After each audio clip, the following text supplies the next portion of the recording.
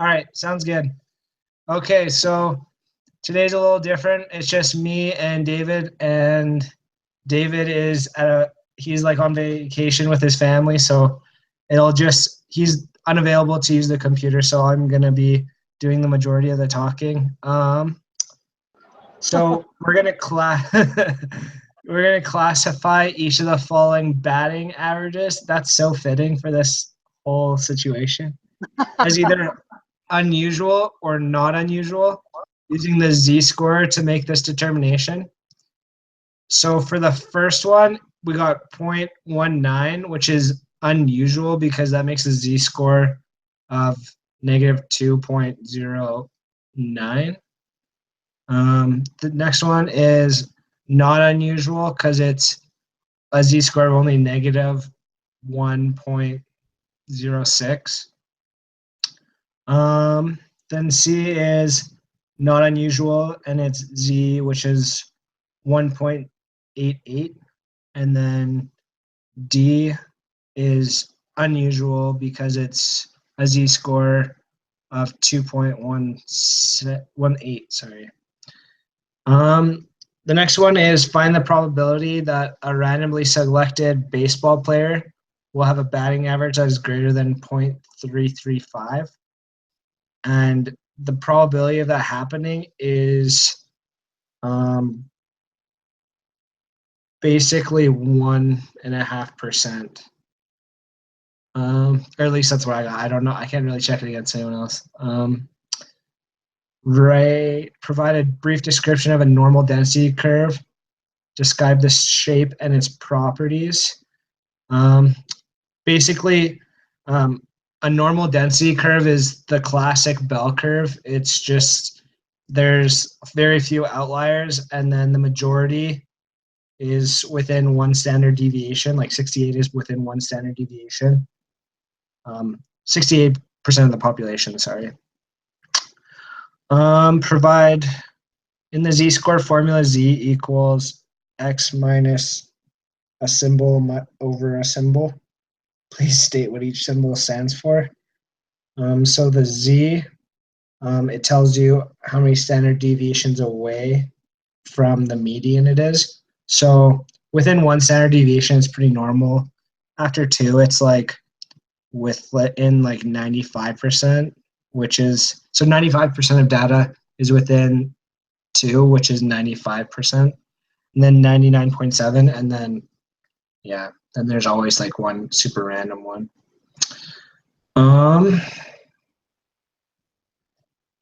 Yeah. The next one is, I don't know what the symbols meant. I Googled it, and the upside down U thing is the mean of the population, I found. And X is like what we've observed. So say your test score is like 50, and the average is, or like the mean is like 30, and the standard deviation is 20, you can calculate how far away from the mean you are. Like it calculates your z-score based on those three factors. In no less than 3 sentences, please define and describe the 68, 95, 99.7 rule. So this is the classic bell curve distribution. So within one standard deviation, 68% of the population is there. Within two standard deviations, it's 95% of the population. And within three standard deviations, it's 99.7. So if you're outside of the 99.7 range, you're either like crazy smart or just ridiculously, you didn't even write anything down on your test if you're doing a bell curve for a test. Okay, so then, yeah, it's pretty nuts. And I actually did the part two, which is the, we're just calculating basically. So it's asking us for the GRE scores, the mean and the standard deviation. And then there's also one for the speed of hydrogen. The mean is 1800 and the standard deviation is 600. So the mean of all quantitative scores on the GRE is 150.8 with a standard deviation of 8.8. So what you would do is you would take the 150.8, which is the mean, and then you would take an observed data point.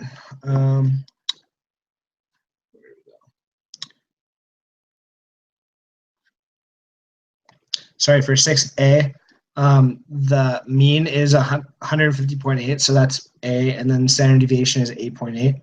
For B, what proportion of people will take the quantitative portion of the GRE will score above 165? So what you would do is you take the probability of scoring above 165 equals 165 minus the 150.8 divided by the standard deviation, which is 1.6136. Let me pull up the answer key real quick.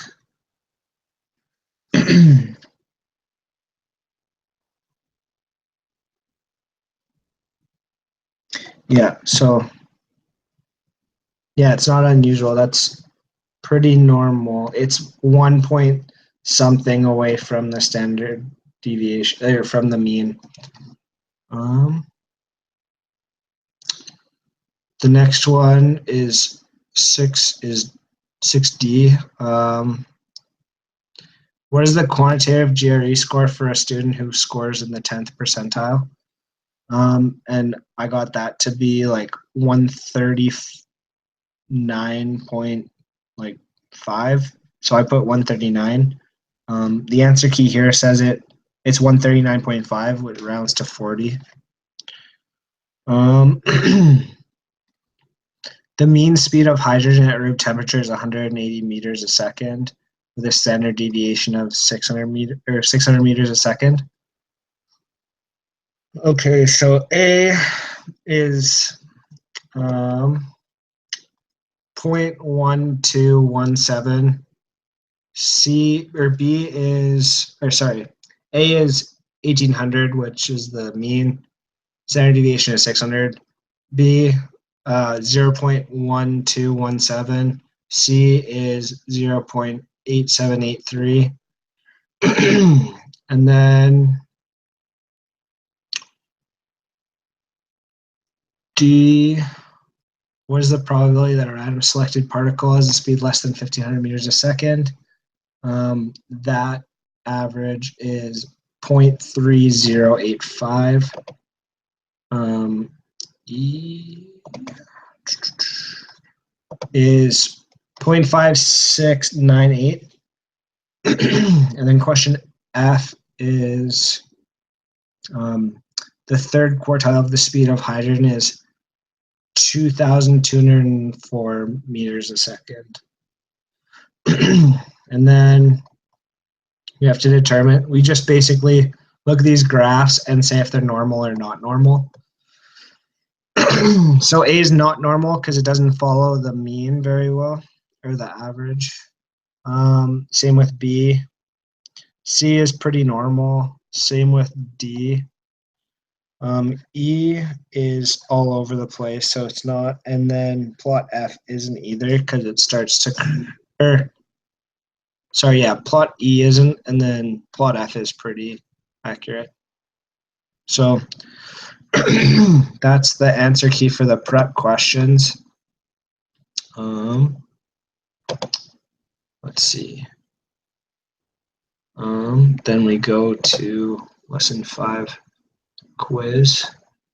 Let me try to see if I can log on with you as well. Let me grab a phone. Okay. Pat's on his phone. Who are you talking to?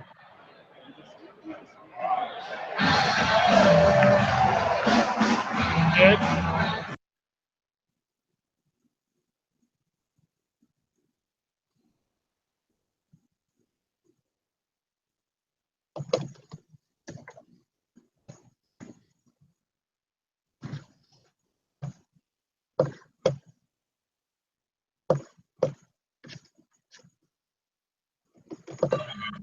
Okay, so he's using it right now. but I should be able to use it soon and catch up with you. All right, no worries. I'll just kind of like look through and see what I can figure out.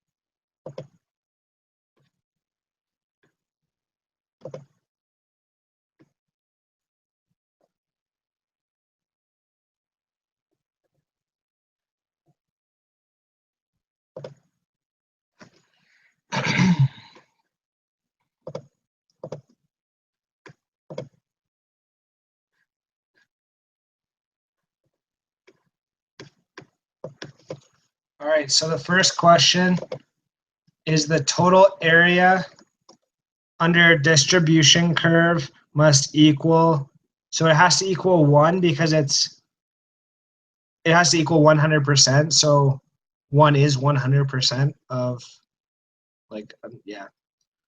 The next question is, under certain circumstances, a normal distribution curve can drop below the x-axis. So x is the bottom one. You can't really drop below the x-axis. Like, I've never seen that, so I think it's false. And then a normal distribution curve is generally symmetric. Yeah, I remember that in the reading. Next question is, which of the fall elements represents the z-score? C is what represents the z-score because it's the number. So like this is one standard deviation, so a z-score is +1 or -1 from the middle.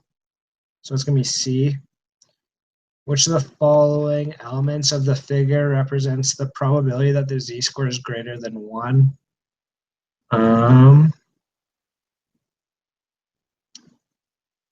It's going to be B. Yeah, because it has to be greater than that first quartile, 3 quartiles. Wait. From the median, it has to be great. Yeah, so it's going to be B. What percentage of data from a bell-shaped distribution is with 1 standard deviation from the mean? It's going to be 68. Oh. Yeah, it's 68.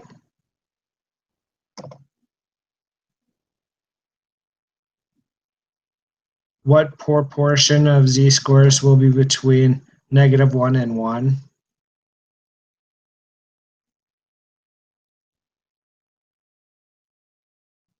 It's going to be, oh, there's a little applet.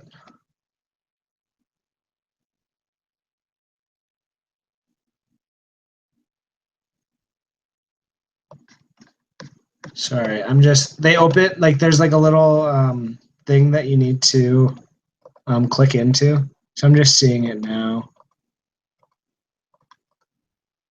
Okay, so it's 68.3 is the answer. It's 68.27, but it rounds up to 68.3. Or sorry, 0.683 because it's a decimal. Rounded to 3 places. Suppose that the z-scores from the normal distribution, to answer this question, between 2 and 2.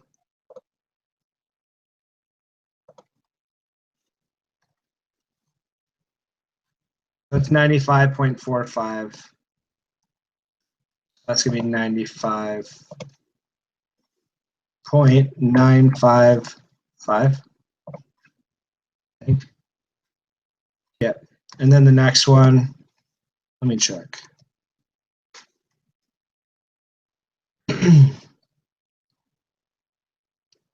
Yeah, so within 3 standard deviations, it's 99.7. Look carefully at your answers. What do you observe? Yes, It's the 68, 95, 99.7 rule.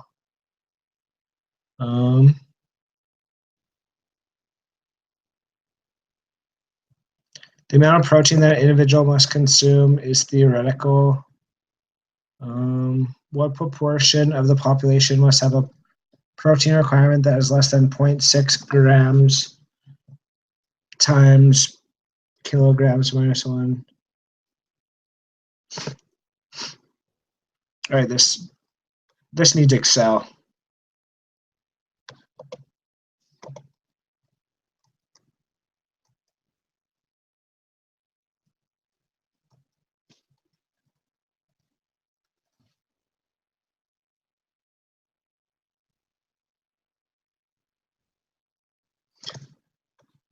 Okay, it's 0.2. I mean, this will 0.238 is the answer for question 13.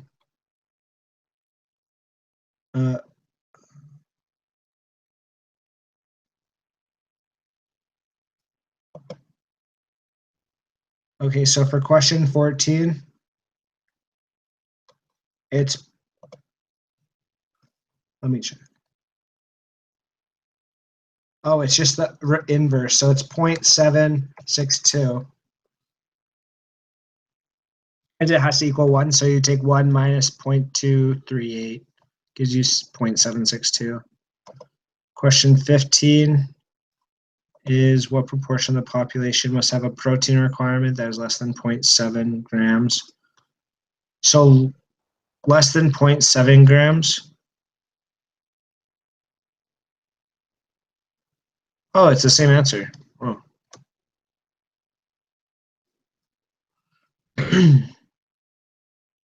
That's surprising to me.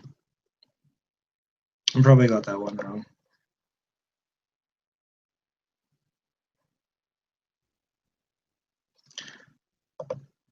Between the two scores.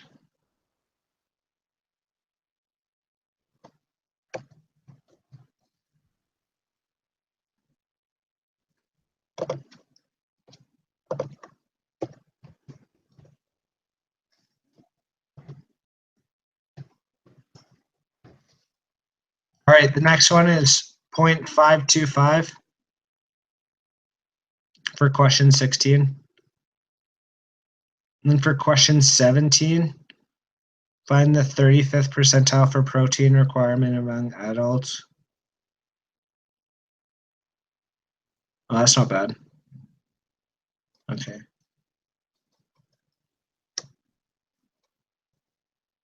Okay, that's 0.623.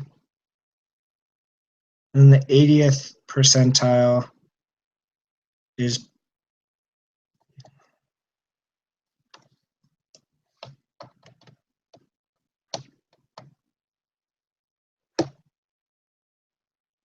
I got 0.709. All right, we'll go for it. See what happens. Yeah, my brother's gonna pull it up on his phone right now. We'll see if this works, Darren. All right, no worries. I submitted it just to see what happened. Yeah, I got 100%. No, it's good. Thanks, brother. No, it's okay. You got it to work. Oh, did you? Yeah. Okay. I got 100%. Oh, serious? Great. Yeah. All right, I'll walk you through it. Okay, I'm here.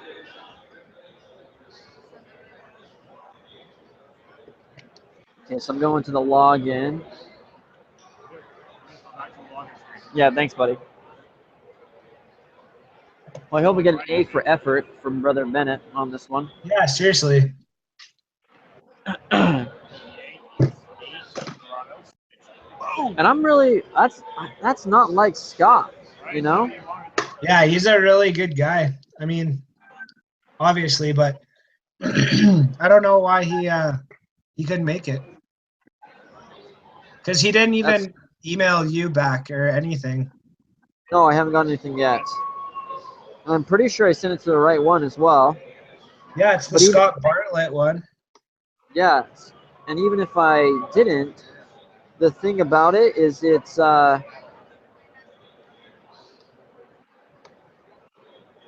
9 o'clock your time right now, right? Like 9:18, 9:16. Yeah, it's 9:16. So you would. So Here, I'm gonna turn off the broadcast.